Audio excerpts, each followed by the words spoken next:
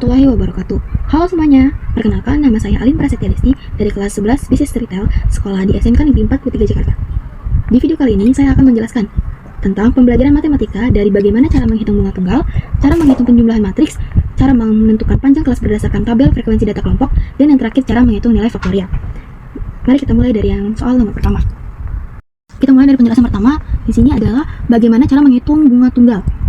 Jadi pengertian bunga tunggal itu adalah jenis bunga yang dihitung hanya dari pokok modal awal setiap periode waktu. Artinya, jumlah bunga tidak berubah dan tidak dihitung dari bunga yang telah diperoleh sebelumnya. Rumus bunga tunggal ialah MN sama dengan MO buka kurung 1 ditambah N dikali I. Yang kita ketahui, MN ini merupakan jumlah akhir modal ditambah bunga. Lalu, MO ini merupakan modal awal atau pokok. N ini merupakan lama waktu, periode, misalnya tahun ataupun bulan. Kalau I, ini adalah tingkat bunga per periode. Jadi, kita coba mulai dari soal pertama. Soal pertama ialah, Anda adalah seorang pengusaha dan membutuhkan modal untuk memulai usaha. Seseorang menawarkan pinjaman sebesar 1 juta rupiah dengan bunga tunggal sebesar 10% per tahun. Berapa uang yang harus dikembalikan setelah 3 tahun? Di sini dari soal ini, kita mengetahui bahwa MO atau modal awal itu ialah 1 juta. 1 juta. Lalu N-nya atau lama waktu itu ialah 3 tahun. Lalu I-nya itu adalah tingkat bunga per periode. Di sini dijelaskan bahwa bunganya ialah 10%. Yang ditanya ialah berapa uang yang harus dikembalikan setelah 3 tahun. Setelah 3 tahun. Nah, di sini cara pengerjaannya sesuai rumus yang di sini. Kita masukkan lagi di sini. MN sama dengan MO buka kurung 1 plus N titik I tutup kurung. Berarti MO yang sudah kita ketahui ialah 1 juta. Maka MN sama dengan 1 juta. Saya buka kurung 1 ini rumus ya. N itu tahunnya, berarti 3 ditambah 3 lalu dikali dengan I, yaitu I-nya itu 10%. Kali 10%. Nah, untuk menghitung ini, kita hitung dulu yang ada di dalam kurungnya ini. Jadi, 1 juta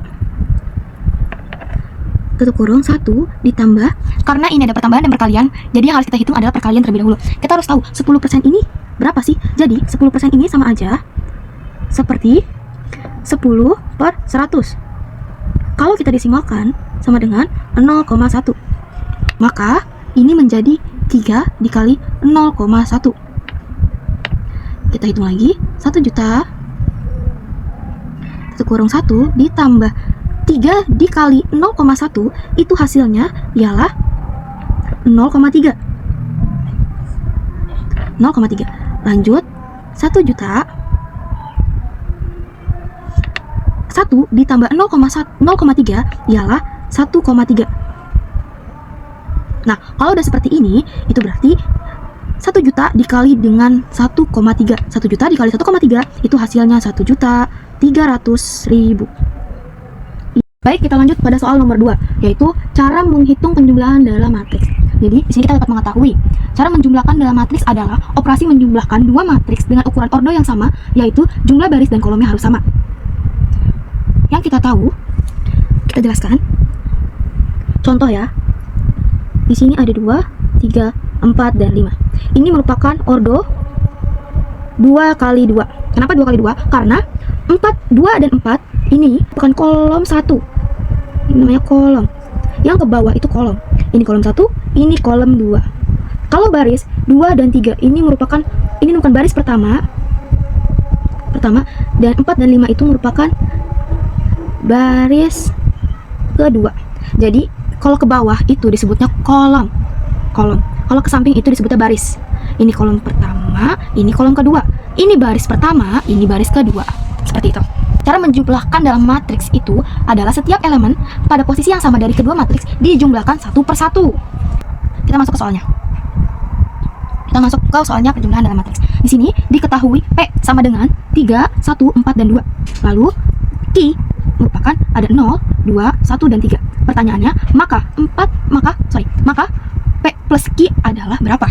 Yang sudah kita jelaskan, berarti jadi baris pertama kolom pertama P ditambah baris pertama kolom pertama Q. Jadi di sini 3 ditambah 0. Lalu di sebelah sini kolom kedua P itu adalah 1. Maka kita tulis di sini 1. Q-nya ditambah dengan Q baris pertama kolom kedua yaitu adalah 2. Di sini baris kedua kolom pertama P. Sini adalah 4, kita taruh di bagiannya, ditambah Q baris kedua kolom pertama yaitu 1. Lalu yang terakhir, baris kedua kolom kedua adalah 2 dari P, ditambah Q baris kedua kolom kedua dari Q yaitu adalah 3. Nah, jadi ini ditambah dengan ini ditambah dengan di sini, ini ditambah dengan ini, lalu ini ditambah dengan ini yang sudah saya jelaskan tadi. Nah, sama dengan berarti 3 ditambah 0 sama dengan 3.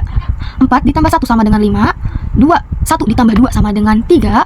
Dan 2 ditambah 3 sama dengan 5.